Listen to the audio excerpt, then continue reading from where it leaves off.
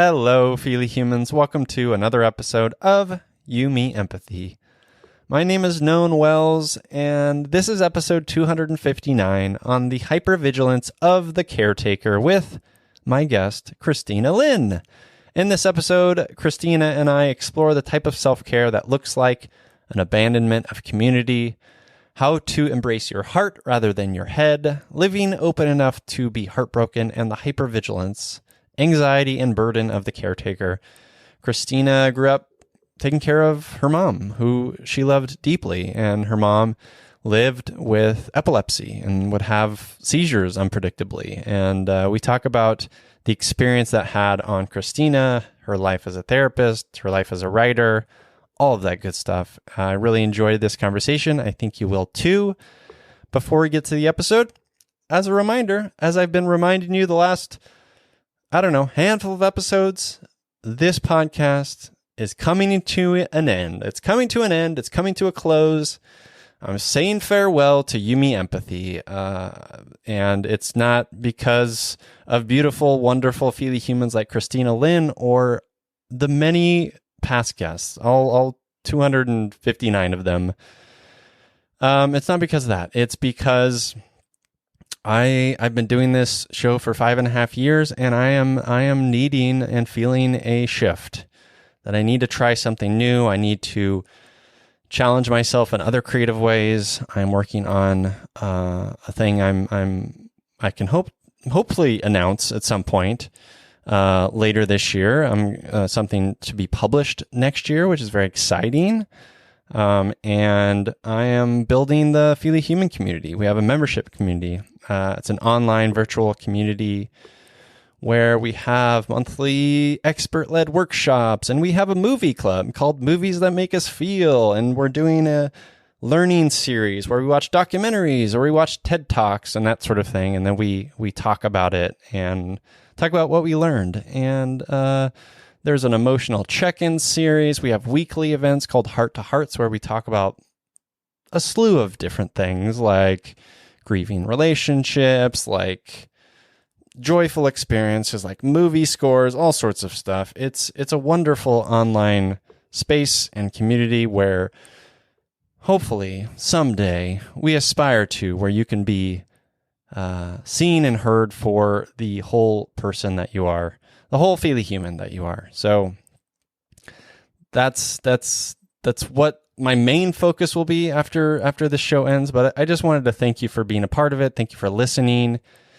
I really appreciate it. This show will continue to be available to listen to. It will always be up and available, and I am very proud of it. I'm very proud of all of my many guests who had the courage to be vulnerable and the courage to open up and be empathetic. That's what it's all about. That's what the show is about. That's what healing's all about. That's what community is all about. It's for us to be witness to each other and to listen and be curious and to allow for the soft, messy, mushy stuff to flow.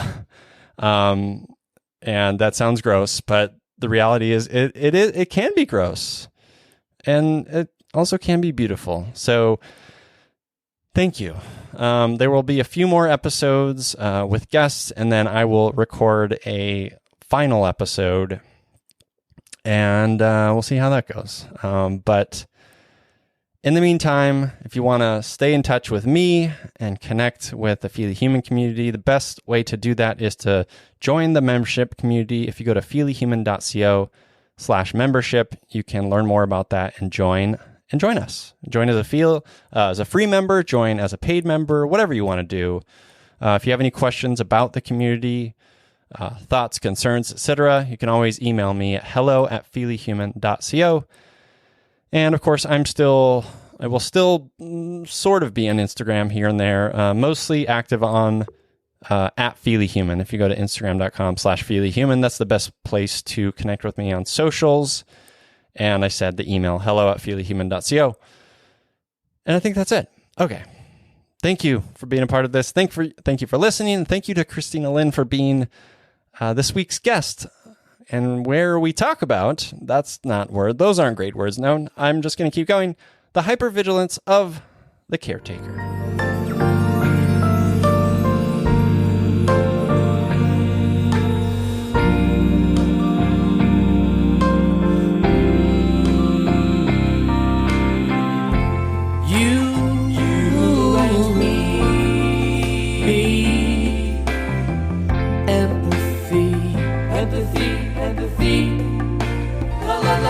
la la la la. You, me, empathy. Yeah. La la la. Welcome to You, Me, Empathy, the official podcast of the Feely Human Collective. On this show, we explore the struggles, the triumphs, the brights and the darks we face as humans trying to be human on this wondrous and overwhelming pale blue dot. You, Me, Empathy was created so that we can be witness to our collective humanity through the lens of empathy, vulnerability, and emotional curiosity. We aim to let's re-rack that noun. We aim to destigmatize mental health, lead fiercely with our hearts, feel our feelings without shame and judgment, and share our courageous stories so that others may feel less alone and more connected as Feely humans.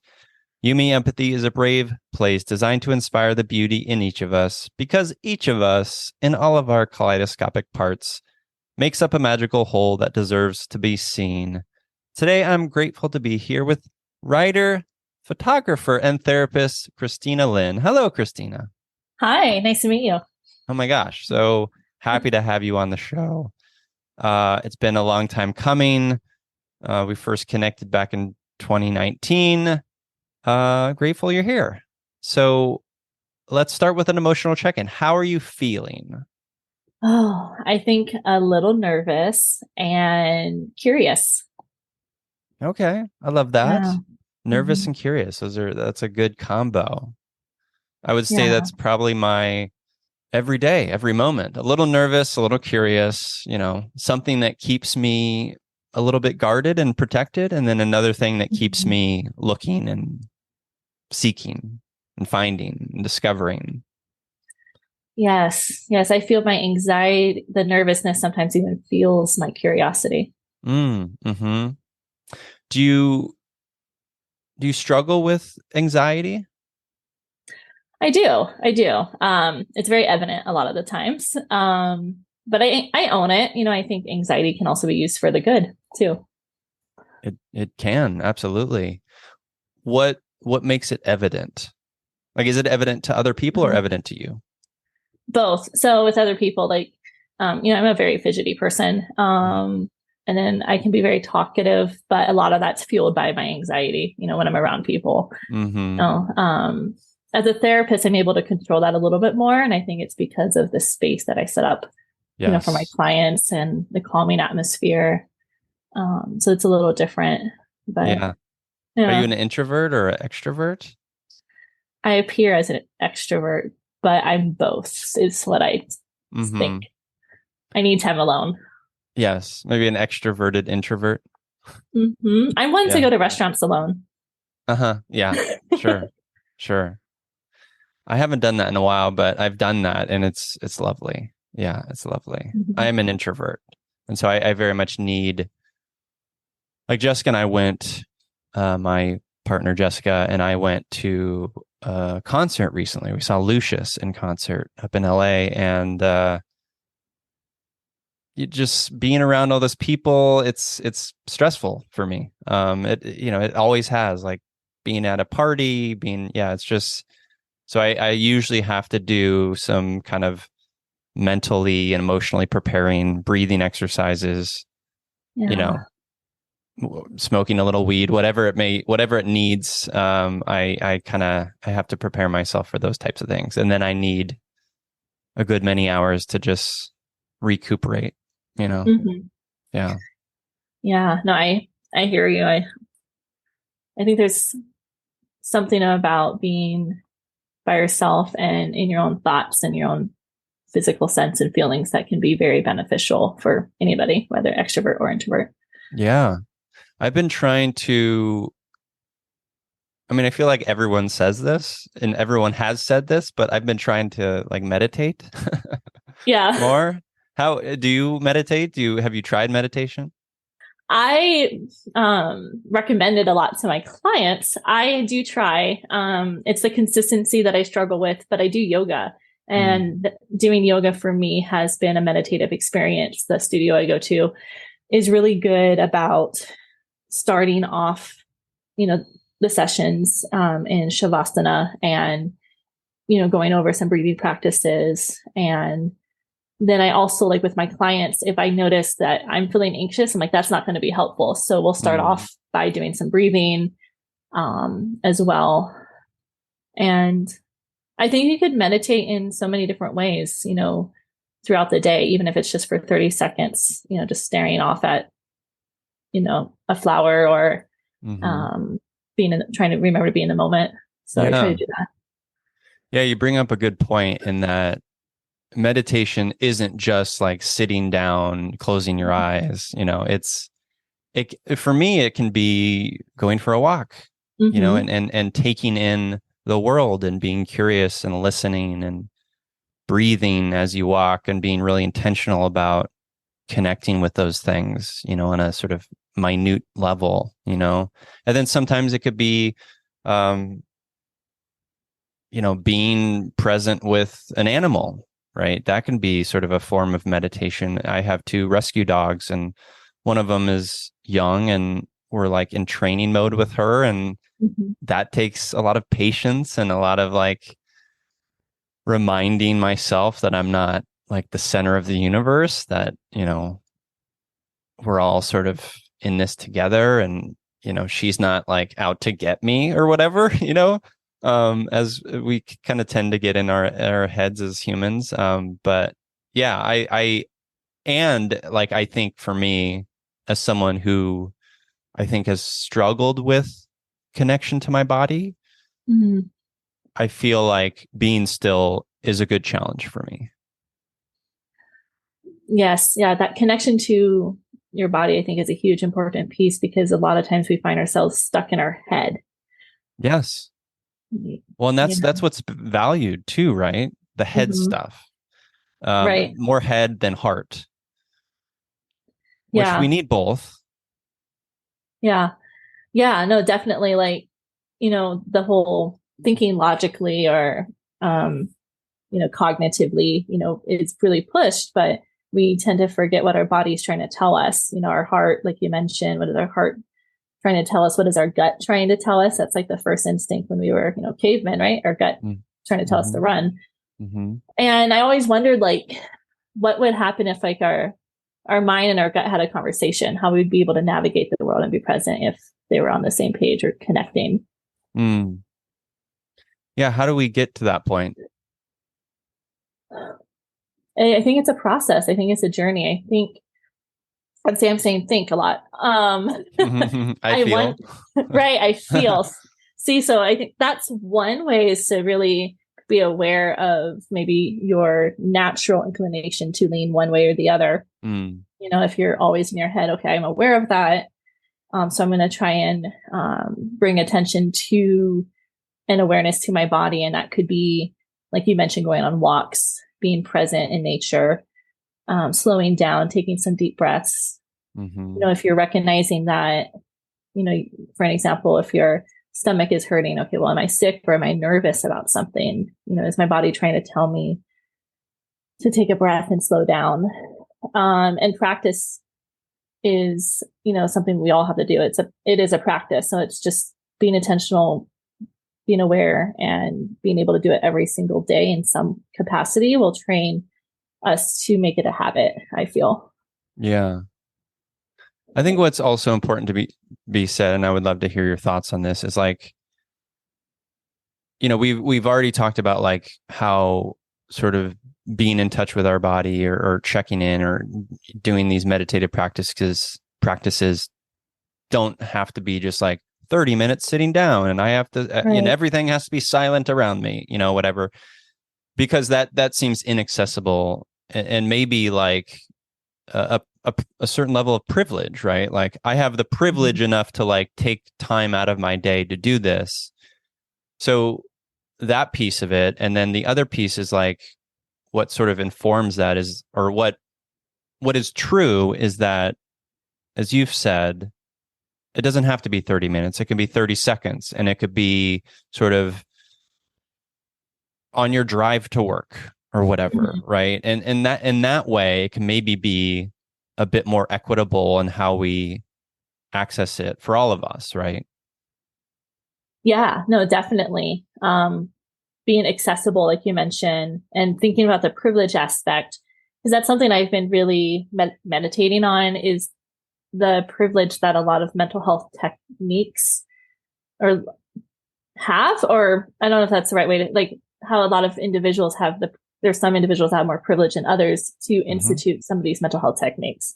Yeah.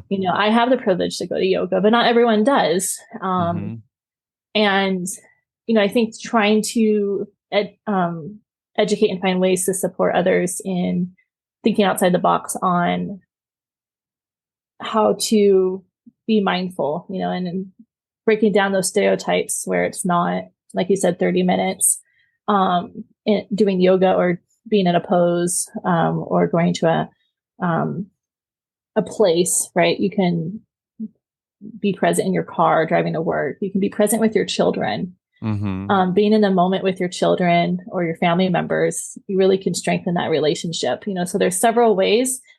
And I'm very, a huge believer in self-care. And so that kind of translates into that is the privilege of self-care, thinking outside the box on how we can take care of ourselves besides what society or capitalism is trying to sell us.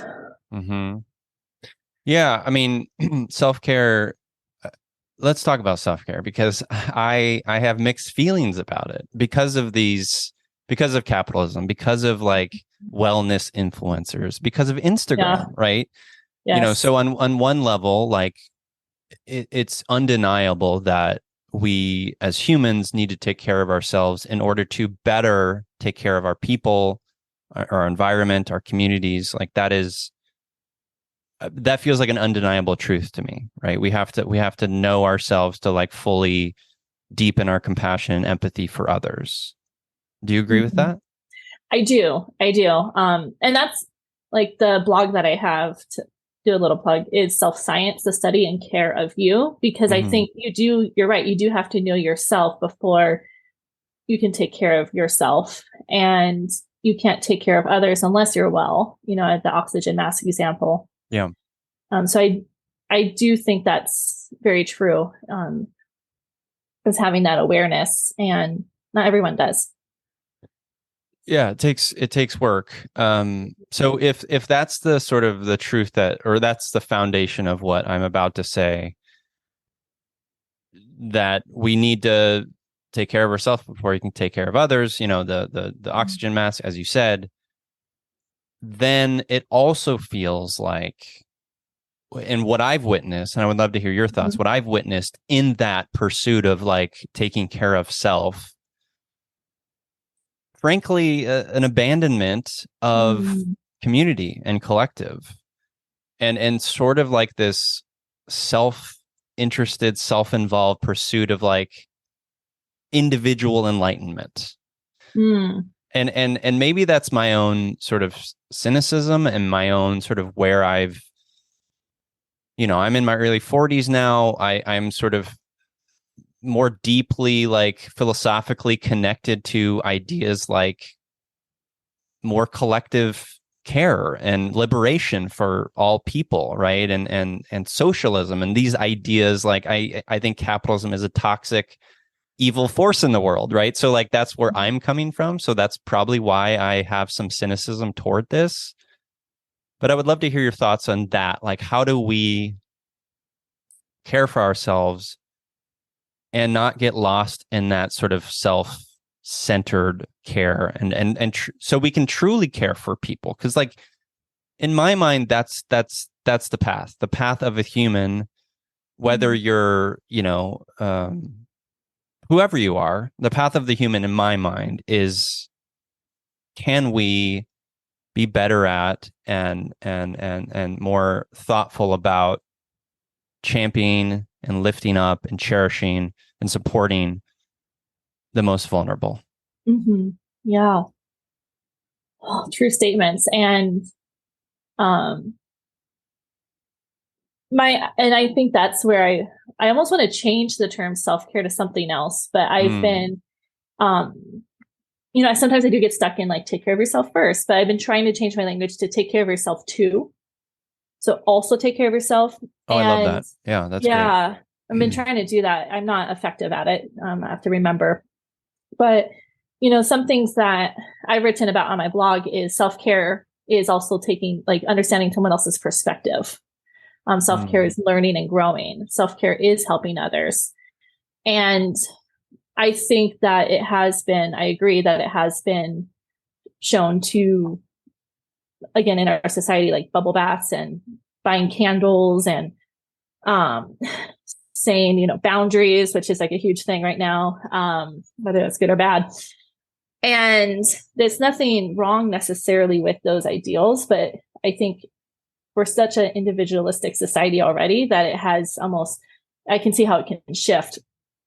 And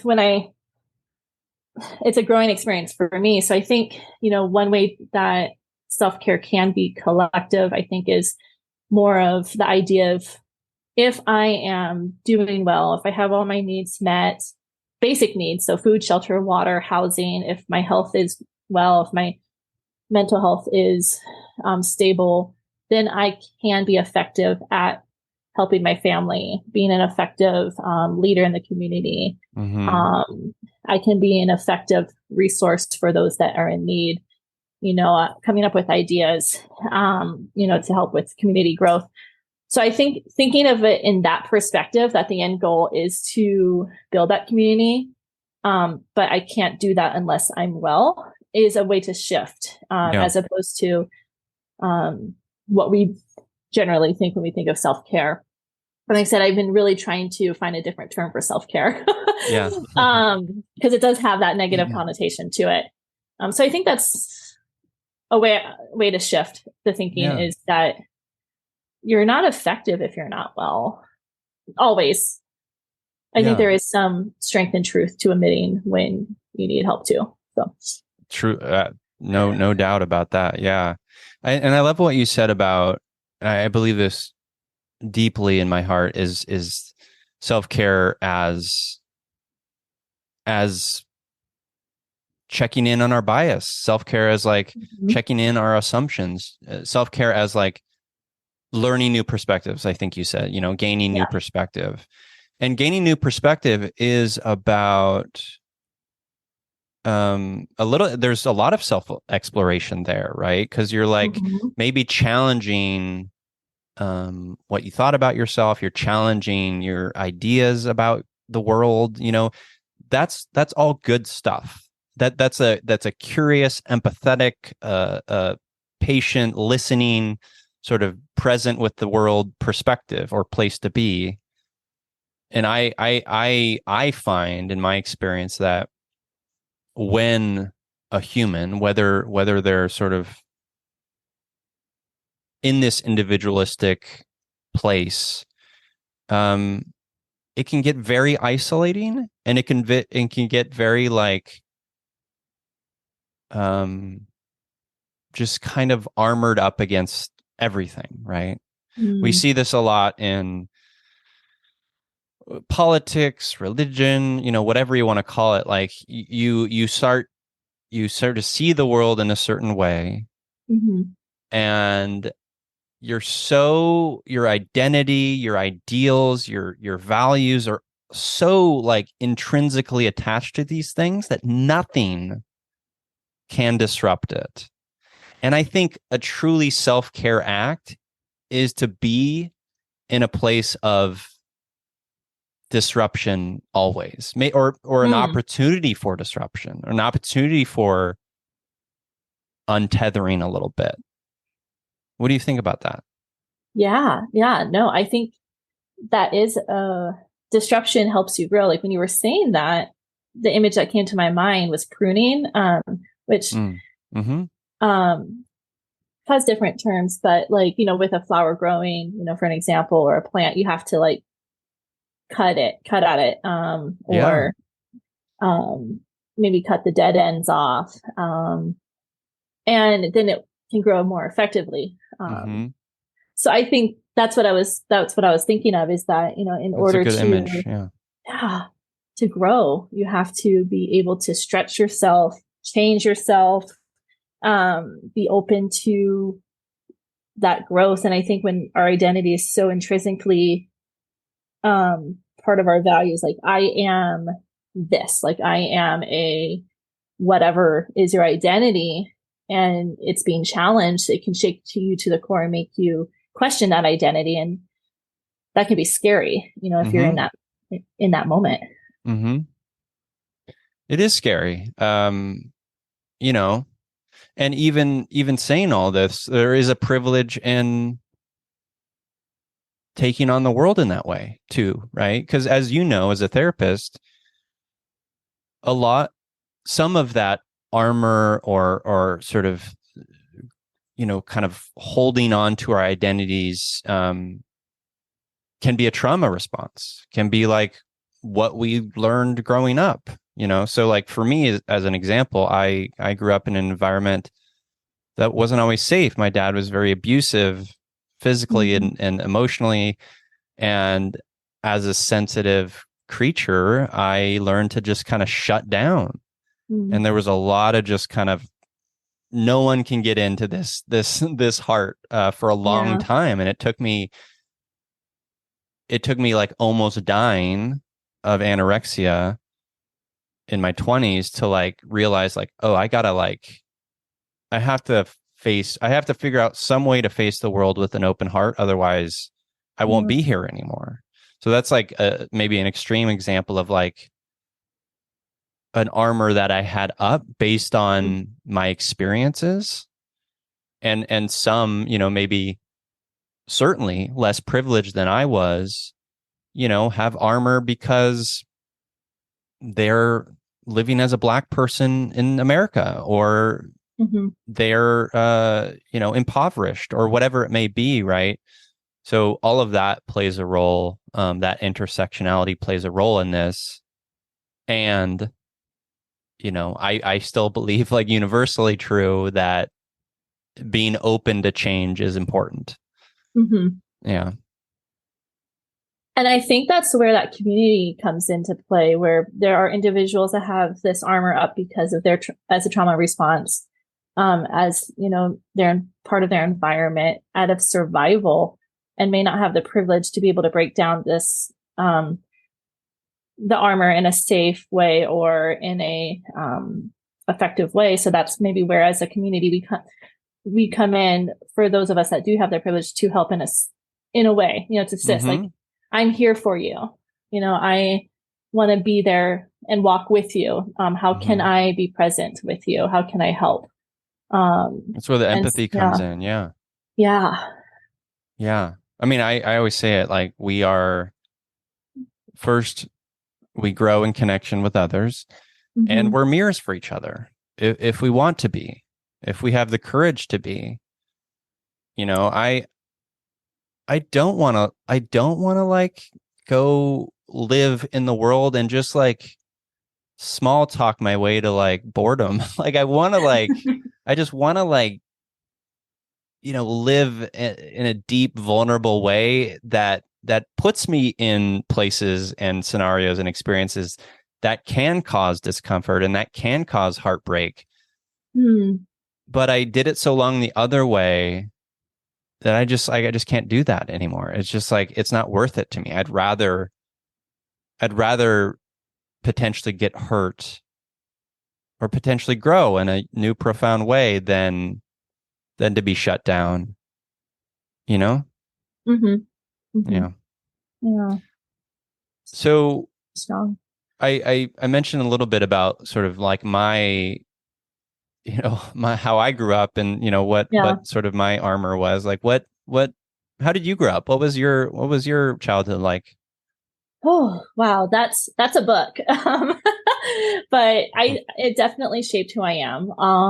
So I grew up on a small island in the middle of the Pacific, you know, in Hawaii. And I grew up in a church. I no longer, you know, subscribed to that, but that was everything. You know, I went to church Sunday, Fridays, Wednesdays for Awanas, sometimes Bible study. You know, you were always part of church. Every decision you made had, you know, church and God in mind. And what kind of church was this? It was an evangelical church. Okay. Yeah. So, you know, it started off really small and community oriented and got really large. And I'm still in contact with a lot of the people I went to church with, because I think what makes it different from maybe other evangelical churches was growing up on a small island, that was your community as well. Sure. And so there was a lot of intersections there. On top of that, I always joke that I was born to be a servant, born to be a caregiver. And this is a whole other focus that I'm trying to, like my next focus, I guess, with as far as like writing and upcoming projects that I have is on the caregiver aspect. My mom, had epilepsy all her life, so therefore all my life. And so I grew up with this, I guess, always having anxiety because you never knew when she was going to have a seizure. It was really severe. She did every treatment you can think of. You name an epilepsy treatment, she did it, and nothing worked. And so me being not only her daughter as an identity factor, but also her caregiver in a lot of ways really shaped who I am. And I think also is part of why I'm a therapist now, a helper. And so I grew up that way. I was able to experience college and living on my own. But then after my dad passed, I got swung back into being her caregiver. And I was able to navigate life a little bit, getting my needs met, but I still had to think of her. And that was a really big experience. She passed actually in March. So this has been the first almost full year that I've not had to think or, be present with her, in that aspect. So it's a really big change, but I'm sorry. My life in a nutshell. I'm sorry for your loss. That's hard. Yeah. Yeah. I don't know much about epilepsy. Do you remember, like, how old were you, do you think, when you first started, like, I totally would understand the anxiety. That makes sense. Because it is like, I've seen it sort of, I guess I've seen it sort of depicted in like TV and film and stuff. And I don't know how accurate that is, but like what I've seen seems like, a violent shaking, and like it seems just terrible, like, to witness. Do you remember the first time you saw it?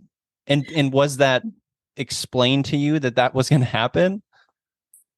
Yeah. So I can tell you like my first memory of it, but I will say that my mom struggled with epilepsy even when I was when she was pregnant with me, when I was little, like and she had violent grand mal seizures, is the shaky seizures. Then there's petit mal spells where you're staring off into space.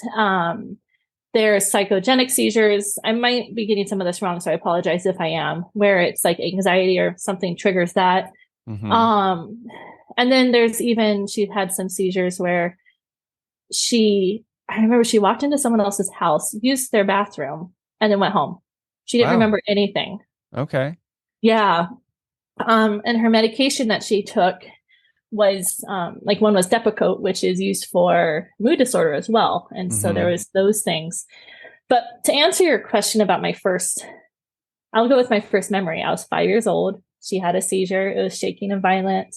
She fell on the ground. And I called 911. And the person on the other end, and I'm 5. Okay, hold on. Back up a sec. Yeah. Why is the 5-year-old calling 911? Do you have no siblings, and was your dad not there? He was at work. Good question. He was at work. Okay. Yeah, good observation. And I was the oldest. Okay. So the police officer on the other end was like, if this is a prank call, you're going to have to go to jail. So I'm 5. I think I sounded like a 5-year-old. Yeah, I'm 5. I don't know what a prank is, sir. Right. So I hang up, I run to my neighbor's house. I get the neighbor's child who's 7 to come with me. I'm like, my mom fell. And they run back with me. Again, yes, where are all the parents? I don't know. And as I come back, the ambulance and the police officer showing up. And the EMT actually knew my mom really well. They went to church with us, but also she happened to always be there when my mom had a seizure, because she would have a seizure at the store, in the middle of the road, at the beach, everywhere. And that was my first memory. It's like this fear, this angst. I need to help my mom. I need to call the police. But then I got chastised for doing what I was supposed to do. Was scolded. So, but there's so many stories. I mean, clearly it's very dangerous. Like, did she drive?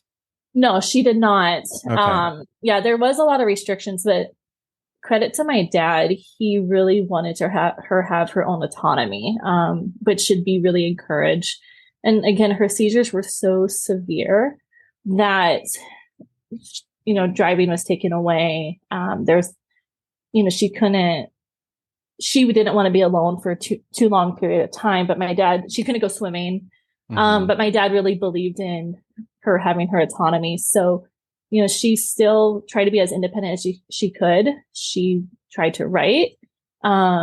She tried to hold down some jobs, but unfortunately seizures got in the way. And back then, sounds like it's, 100 years ago, but in the 90s, at least, there wasn't a lot of protections, I think, against that. So she would get let go. But she still did a lot and overcame a lot with her seizures. Sure. So that's a lot. That's a lot to hold, especially such a, it sounds very unpredictable, right? Like you can't sort of gauge like, oh, my mom has a seizure around this time. It's like, there's none of that, right? So it's like, I could see you as a young human being a little bit like on guard a lot. Yeah. Yes. Always being hypervigilant, looking around, not knowing what's next, noises. I still get triggered by certain noises because it reminds me of my mom. And even, now, as a 37-year-old, I jump. And then there was also a lot of like misconceptions, on epilepsy. Like people were like, well, do you have it? Or, being shunned. And then even within the Christian church, there was some individuals that are like, well, if you pray it away, it will go away. Sure. So, a classic. Yeah. Yeah.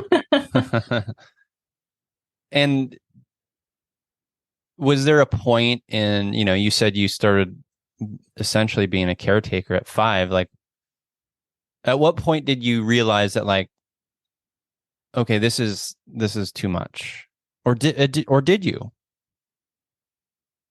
That's not for lack of love, but for like, I am maybe becoming, I'm in middle school now and becoming a teenager. I have to like have some autonomy. Like, did you have those feelings and frustrations? I think it wasn't until after my dad passed, because, the community we grew up in, there was a lot of support. And, I did talk about some of the negative stereotypes, but at the same time, there was a lot of support. Yeah. And then my dad, he was he did film and video, so he was able to, work from home. He had his own company. And so there was some transitions that allowed for me to have a little bit of autonomy. But after he passed away, I took on his role as being her main caregiver. And that was How old when were you then? 24. Okay. But up until 24, you were just sort of like part of the network of community that supported your mom.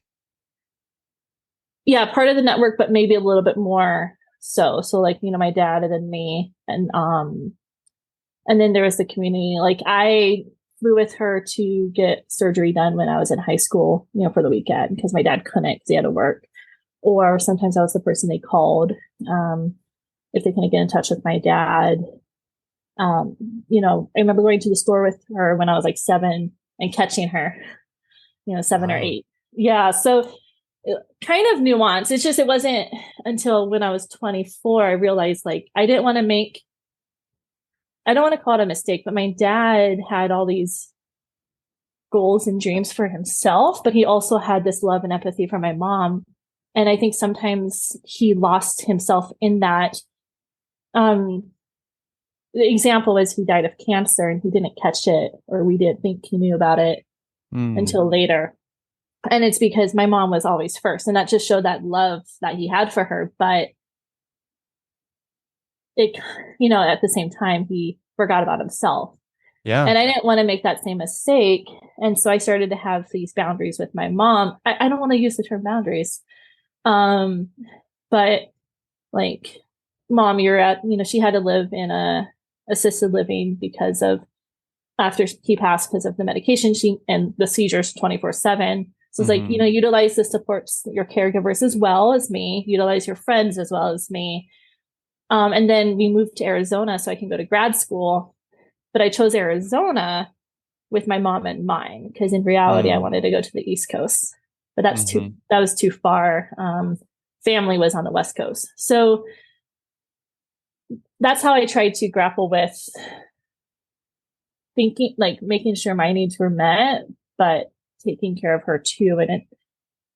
And so it was around 24 where I had that realization, but it's a process, sometimes it ebbed and flowed. And when I think back, I'm like, oh, maybe I was too hard on some of the boundaries in some situations. And then maybe some situations like my dad, lost myself in her.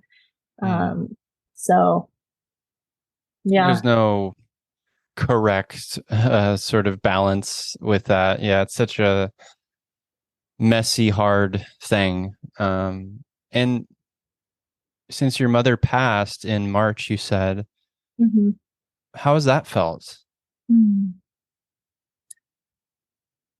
Weird. Very, talk about identity. I think identity shaking.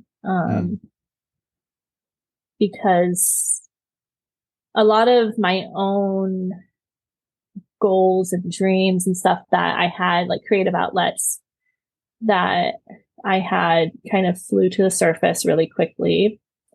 I was not able to fully focus on that. But at the same time, reflecting on my relationship with her, because I was her daughter and caregiver. And sometimes I think those intersected, and other times I think I was focusing more on like her needs in a way of caregiving, as opposed to let's be present in our relationship as mother and daughter, Right. That makes sense. Yeah. So I mean, how can you not like lean on the caretaker identity when you have, 30 plus years of you preparing and anticipating, like that's hard. That takes time to, dissolve, right? Like that piece of it, and it will take probably years. Yes. Yeah. And I think about others who, because she had to live eventually, with a lot of nursing care, and I couldn't afford that. So we lived in different towns, and COVID just shook up a lot of things. But I still had some of those as an adult, like separation, which I'm thankful for. But I think about those individuals that don't have that privilege, where their family members living with them, or they have to quit their job so they can take care of them full time because they can't afford nursing. Right. And when that individual passes away, I think it must be even harder to be able to figure out that at loss and your identity then, so. Yeah. How do you feel like your connection to your mom and this being this sort of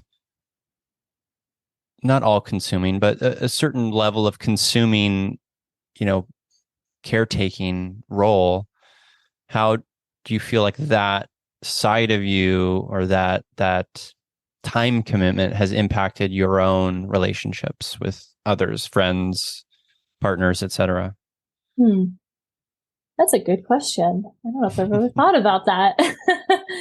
I think so. I'm, trying to process a lot of this through writing on my own, like a side, like a journaling. And one thing that I thought about is like a lot of my friends growing up would be like, you know, you're a servant, you know, that's your, I don't know if you're familiar with like spiritual gifts or something, you know, like that's your, that's what you were born to do. I'm like, yeah, sure. Yeah. I was born to be a servant, care for my mom. And so I've always been that helper. Like I always want to help. I always want to, I feel fulfilled when I'm helping somebody. But I also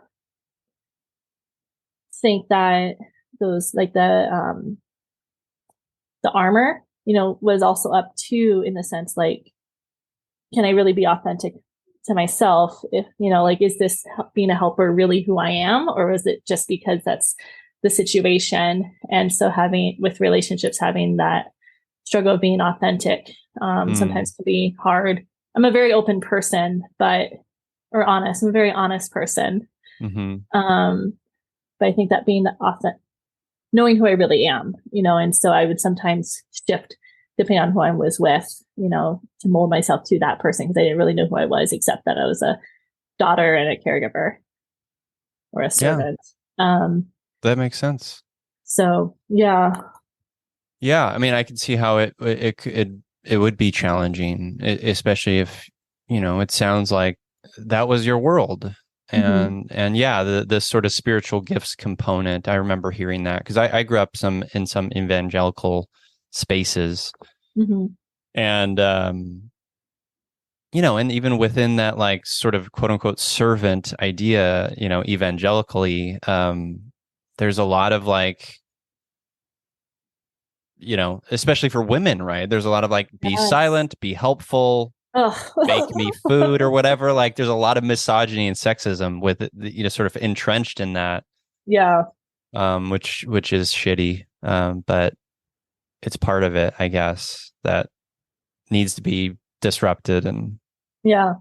And I think that was part of, like, when I was younger, I was like, see me, hear me, I'm right here, hello. And it would kind of swing maybe to an unhelpful point with friendships. It kind of exhausting, because I wanted people to really see who I was, but I didn't really know who I was, except in what I was told I was. Yeah. So outside of like you being a therapist, writer, how do you define yourself? Like, who are you, Christina? Oh, such a deep question. I consider myself, as you know, in the beginning, you asked about feelings, being curious. I am a very curious person. I like to explore new things, adventurous. I don't like being put into a box at all. And so if I feel like you're in a box, I might do something to show you I'm not in that box, you know? Yeah, you know, and I think I'm also very open to other opinions, thoughts, and just kind of accepting where you're at. I hope that's what I think I am. You know, I could be wrong, but I do strive to accept the person and where they're at. Yeah, I mean, I'd imagine that's a crucial part of being a therapist. Yes. Yeah. You would hope so. I mean, I think I remember my first therapeutic experience was like, it might have been like I was like maybe a teenager, and it might have been like one of those quote unquote Christian therapists. Oh, okay. Which, you know, like, there's nothing wrong with like a therapist being a Christian, but like when you're sort of operating as a Christian therapist, and maybe some of it is like pray it away, maybe some of that, right? Then, you know, then you get into territory that's a little bit, you know, unprofessional and unsafe, maybe. Yeah, it's hard to, I think when you are, as a therapist, you have a worldview or a lens that you see the world through, and it's hard, and you don't know how to shift that lens or take that lens off for the moment to meet with your client. It can really be hard to, I think, walk them through, be present with them and walk them through, you know, the traumas that they might be having. And so that's understanding your own bias and being able to grow, whether you're a therapist or just any individual. Yeah. Again, circles back to that self-care piece, because if we don't allow yourself to grow, you're not going to be vibrant and, Mm-hmm. Yeah, absolutely. How, this curious, like you being this curious person, open and honest person, how do you feel like that has informed you as a therapist? And by that, I mean, like, because the sort of the box of therapy, right? There is a box there, and the sort of a system that you're operating in. And I've talked to Dr. Jennifer Mullen about this, of decolonizing therapy. She's like within this system, and she loves to be this helper and caring for people and witnessing people. Mm-hmm. And, she knows too that like the system is pretty damaging in some ways and not very supportive for therapists and practitioners. And it's, it supports private practice, and then not a lot of people can afford that, and it's just like, how do you exist in it and, maybe do your part to like disrupt it too? It sounds like a grassroots effort. I respect Dr. Jennifer Mullen, with her, like how she's trying to institute change at the grassroots level and, questioning the status quo. And I think that's part of it,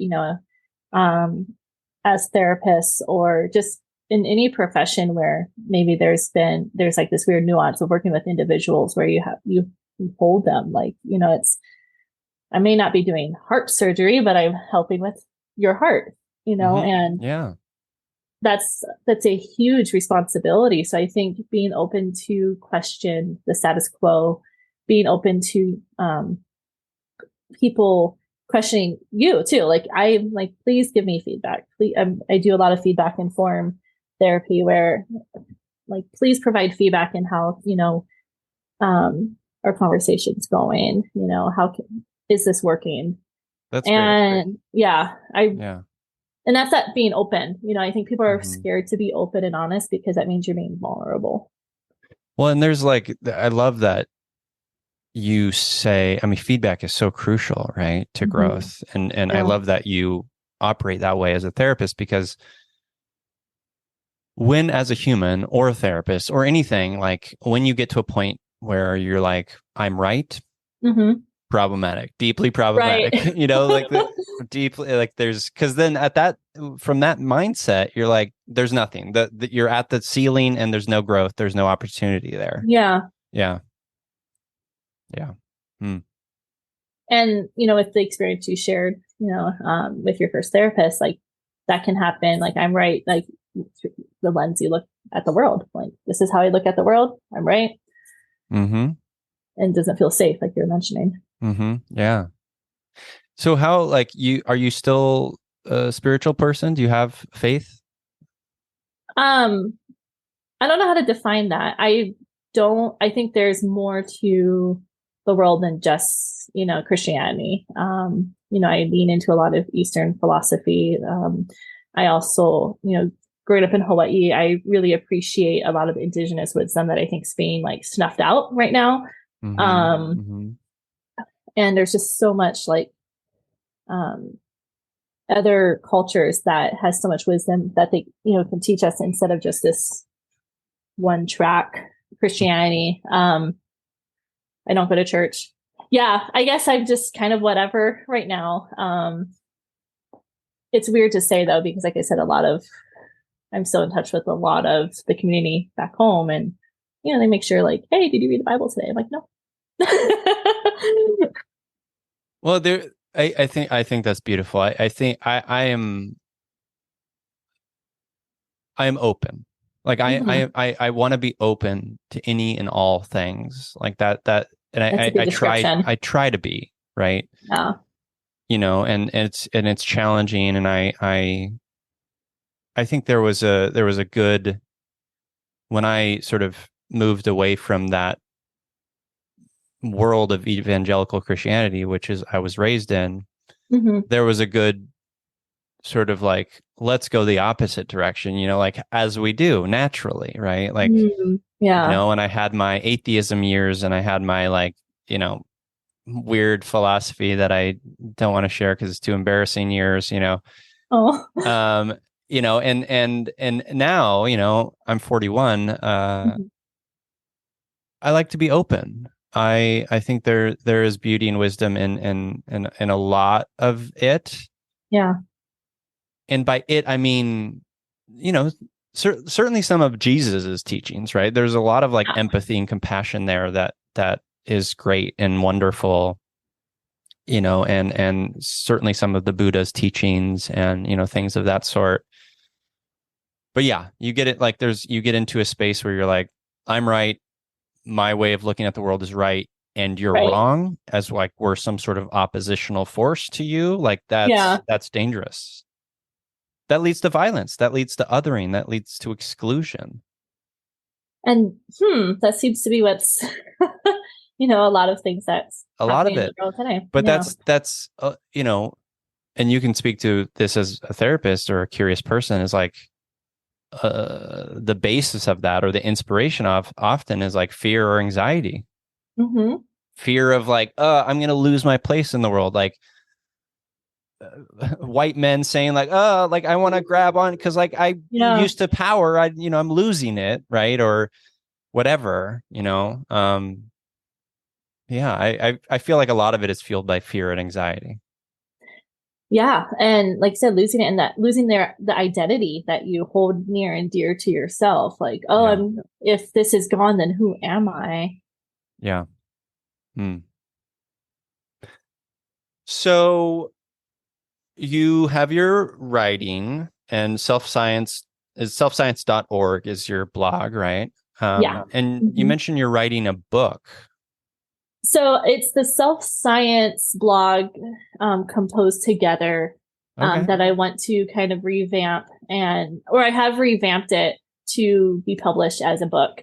I am in that learning stage of what to do, what not to do, as far as that process, I'm submitting to agents and stuff like that. So that's one project. And then I like to do fiction. So I participated in the National Novel Writing Month. Yeah, NaNoWriMo or yes. or whatever.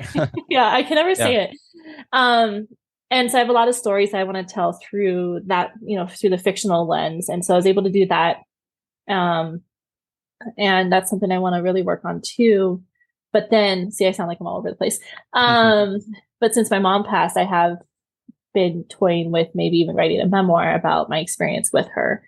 So I'm just writing all over the place. But the main one right now is that self-science blog, trying to turn that into a readable, like print book, maybe a journal. So we'll see where it goes. Hopefully something bites. Yeah. It's a lonely path to be a writer. Yeah. It's lonely, a lot of learning. But if the self-science blog, it's 52 weeks of self-care ideas. So that's still there. And so if anyone's ever wanting to find ways that are not just bubble baths, I have a list of many different self-care ideas that you can do. And, so.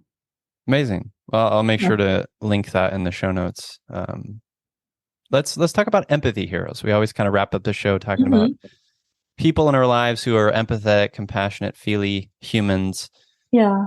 I'll go first and mention that just yesterday, Raphael Warnock won in Georgia, and he is the Reverend Raphael Warnock. He is my empathy hero. And he's my empathy hero because he actually, like, it seems, I don't know him personally, but it seems he has like deep compassion for the people of Georgia, and truly wants to enact change and truly cares about the hearts of the humans in that state. And his foe, Herschel Walker, well, I don't need to go into that, but I'm just grateful that Warnock won, and grateful for, that sort of democratic win. So that feels good, and that feels a little bit of load off. So yeah, Warnock is my empathy hero this week. Okay.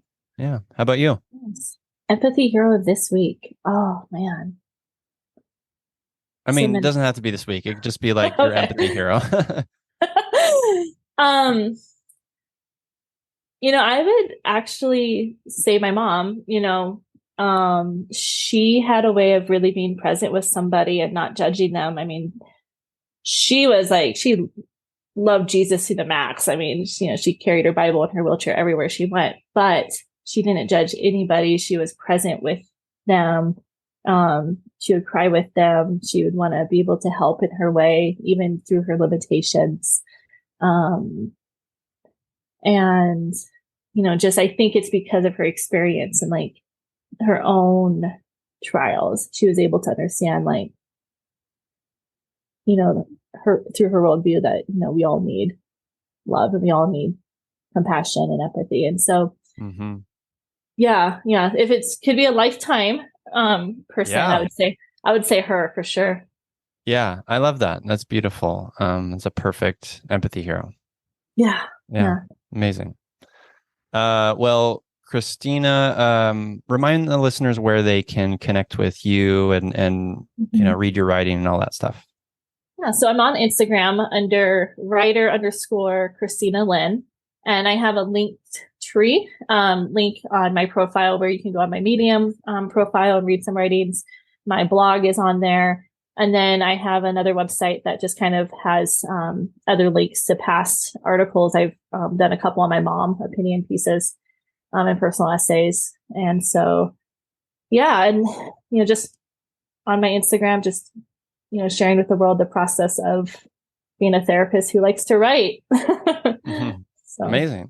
Well, like I said, those links will be in the show notes at feelyhuman.co. Listeners, Christina, thank you for being a part of You, Me, Empathy. Thank you for having me. This was such a joy. Yes, same. I loved it as well. And to you listeners, as I always say, I'm here, you're here, we're here together on this wayward, overwhelming, awe-inspiring pale blue dot. We have each other. It's You, Me, Empathy.